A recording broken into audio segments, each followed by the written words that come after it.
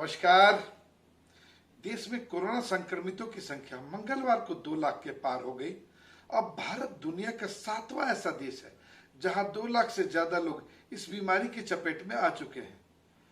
30 जनवरी को देश में संक्रमण का पहला मामला सामने आया था। इसके 98 दिनों बाद यानी 6 मई को यह संख्या बढ़कर 50,000 हुई। इसके बाद रफ्तार में तेजी आई। फिर अगले 27 दिनों में संक्रमितों का आंकड़ा 2 लाख के पार हो गया। शुक्र है, सबसे ज्यादा आबादी होने के बावजूद अन्य देशों के मुकाबले यह रफ्तार काफी धीमी है। अमेरिका में सबसे तेज 72 दिनों में 2 लाख से ज्यादा लोग कोरोना पॉजिटिव हो गए थे। भारत में यह आंकड़ा 125 दिन में पहुंचा है।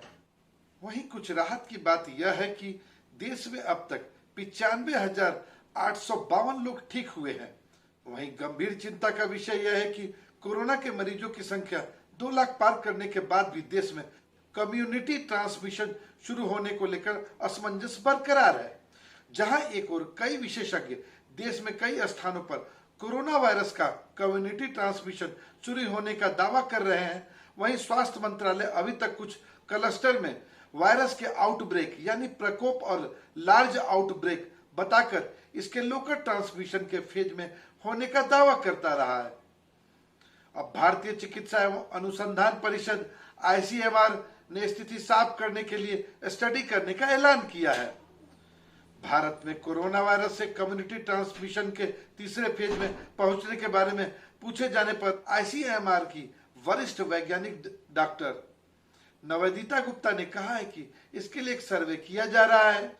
दरअसल ICMR कोरोना से बुरी तरह प्रभावित इलाकों के साथ साथ इससे बाहर इलाकों में 34,000 से अधिक लोगों का सीरो सर्वे कर रहा है, जिसमें लोगों की खून की जांच कर पता लगाया जाएगा कि उनमें कोरोना वायरस का एंटीबॉडी मौजूद है या नहीं। यदि बड़ी संख्या में एंटीबॉडी की मौजूदगी मिली तो इसका मतलब होगा कि कम्युनिटी ट्रांसमिशन शुरू हो चुका है। वैसे डॉक्टर नवेदिता गुप्ता ने इस स्टडी के बारे में ज्यादा कुछ बताने से इनकार कर दिया है। उन्होंने कहा है कि इस हफ्ते या अगले हफ्ते का रिजल्ट सामने आएगा। यहाँ ध्यान देने की बात यह है कि वायरस किसी समाज में 4 चरणों में फैलता है। पहले चरण में यह विदेश से देश के भीतर पहुंचता है। इसके बाद एक दूसरे व्यक्ति में निजी संपर्क के माध्यम से फैलना शुरू करता है। इसे लोकल ट्रांसमिशन कहते हैं। इसी कारण कॉन्टेक्ट ट्रेसिंग और आइसोलेशन कर इसे फैलने से रोकने की कोशिश की जाती है।